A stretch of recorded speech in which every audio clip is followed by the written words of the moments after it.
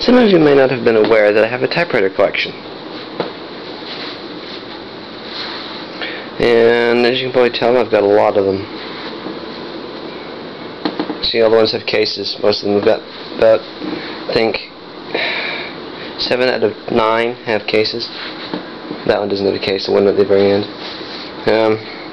I've got a video, I believe I have a video of this one. I have a video of this one. And I have a video of that one. I never got around to doing a video of that one, or that one, or that one, because those two are very, very recent. Like, within the last week. And that one, I did a video because it got that one like at winter time. This one, I haven't done a video of yet. I haven't done a video of that one because I haven't really had the time to do it.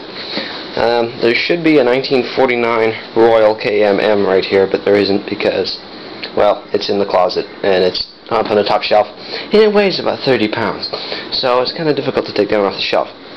So I think I'll just start off by explaining the different ones in chronological order. First, we'll start off with the 1979 Brother Echelon 88. Focus in on that, but I kind of can't. Uh-oh. Ant. Crud. Oh well. It's nothing, I just crawled in from inside. We get them all winter. Because of the... Well, we won't have any this winter because we've got rid of all the cedar siding. Anyway, this is the Brother Echelon. I do have a video of this. It's roller bar shift. This thing lifts up, and this does not drop. I have to oil it every time I want to use it after it's been sitting for a long time because the keys stick. And then there's the little guy there. The arm folds down.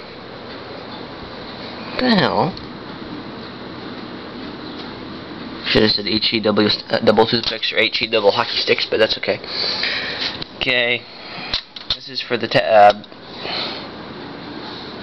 That's my knee, you little rascal. Anyway, this is the adjustment for how hard you have to keys. Tab, or the margin for going like different ways. There's a lock down in there. Keeps this thing in place. Double shift, and then there's the color selector. It's in black right now. Next machine I got is way over here. 1956 Remington-Rand Letter-riter. Very similar to the Quiet Writer, but that came out in 1957. It had more features. This one's got the characteristic 1950s green keys. No tab, you have to hit the spacebar 3 times. There's no lock, but this does drop. Sometimes it has a tendency of going too far. It's like it just did. Usually if I turn it on its side and shake it violently, it usually fixes itself. This is for adjusting the direction of the ribbon. On the Brother it did itself automatically, and there's the colors. Shift lock on both sides.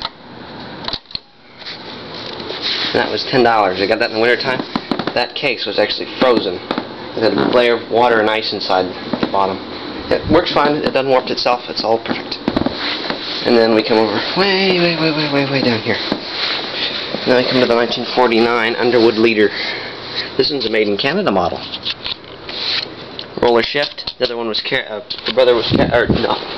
This was carriage shift. See, the bottom thing's up. The Remington's carriage shift. Anyway. Back to Remington. Roller shift. Very rattly. It's got independent shift. See, I'm pushing that one down. The other one is still up. Down. The other one is still up. One shift lock. Clearly labeled. This is shift lock. It's blurry. Backspace key.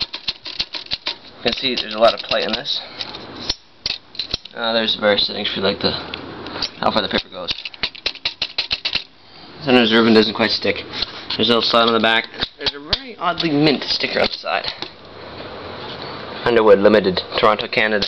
And then there's this adjustment for changing the direction of the ribbon. One color only, black.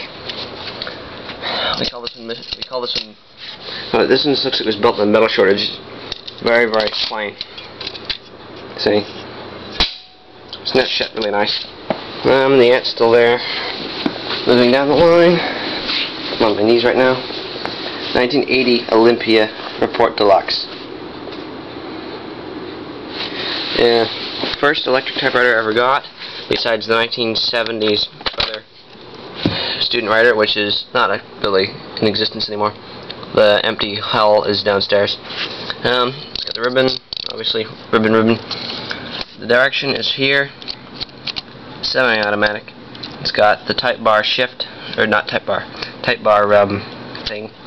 I believe the roller lifts or not, or something. I can't remember. I think this one this one has the carriage shift, where the whole thing drops, which is a weird feat for something that's electrically assisted. Notice it's locked on switch. I can push the keys down. If you push down shift, it sort of stays down, so you turn it on properly. Tab setting, and then the color. It's got a half space button for some reason. A lot of them have that. It's mechanical. The rest of it isn't. And also this really cool thing. That props the paper up. Okay. The next thing I bought after that, I'm trying to remember. It was this one. 1977 Olivetti LEXIKON 82. This one is one of my favorites. It looks like a 1980s computer. Ribbon is right here, pops out. This was the first portable typewriter to have one of these. This electric was not a portable typewriter. Or a properly portable typewriter. One of those golf ball shifts. This one, rather than like raising up or something, this one actually twists the other way. See? I'll demonstrate that. I'll demonstrate when I do a video. It only goes on like one way. Snaps on. This whole carriage actually moves and the ball doesn't. And the bar will roll over. This has one of those little lift ones. It's split into two. See? Rubber ears. Now it's gone. Bar. Shift. Really. Very ginormous space bar. Feels like there's foam underneath these keys. Very, very quiet. It was made in, I think it was Glasgow. I'm trailing on too long. Okay, next fan. Oh yeah, this one came with a case. This was a trash find, and it actually came with a silver synthetic cover that went over it. That was in the trash. I'm serious. Free. It was really nice. We come around. Now, which one did I get first? I think it was this one. It's a 1977 Smith Corona Enterprise. It has the manual, which is kind of interesting. This has one of these cartridges that comes out. Call it a Chronomatic. Cartridge by Smith Corona. This one's a black nylon. They also had red nylon ones. The rest of them were carbon ribbons. And I'm having trouble putting this one in. This one has those Smith Corona rabbit ears that come at the same time. Roller bar. This one has roller shift. This one twists back. Well, when it's on, it twists back. No, it's got to be on. It's got regular space bar, and then it's got the half bar. Power, key, how hard do you have to hit it? Keys, shift, lock. Doesn't work when it's not on. And push it in so you can lock it down. Okay, that's electric type bar. Then I bought this. It's another Smith Corona. This one's a 1948 Clipper. Very, very nice. H key and question mark key did not work. The Underwood just had jammed ones. They were all stuck and bent. So I fixed that. This one was difficult. It works fine though. This is the ribbon release. Only goes one way. You have to release it and then wind it back. Color selector. Floating shift as they called it. One shift lock. Love the keys. Very thin. Carriage shift, obviously. The roller is pretty good. You have to release this pin. It's supposed to be like that, but I release it when it's not in use, so you can roll the bar both ways. It will only roll one way, then the little pin when the little pin is engaged. The case is right there. It smells like old books. Very old, strong books. The bar release is right here, and there's a little locking thing right here. That does not fold in. When you close the case, it swings over. In my most recent edition, today, I got this for $5. A destroyed Sears Celebrity Power 12. There's the touch sensitivity.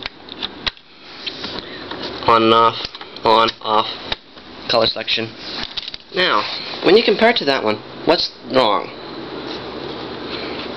Apart from the top, these machines are identical.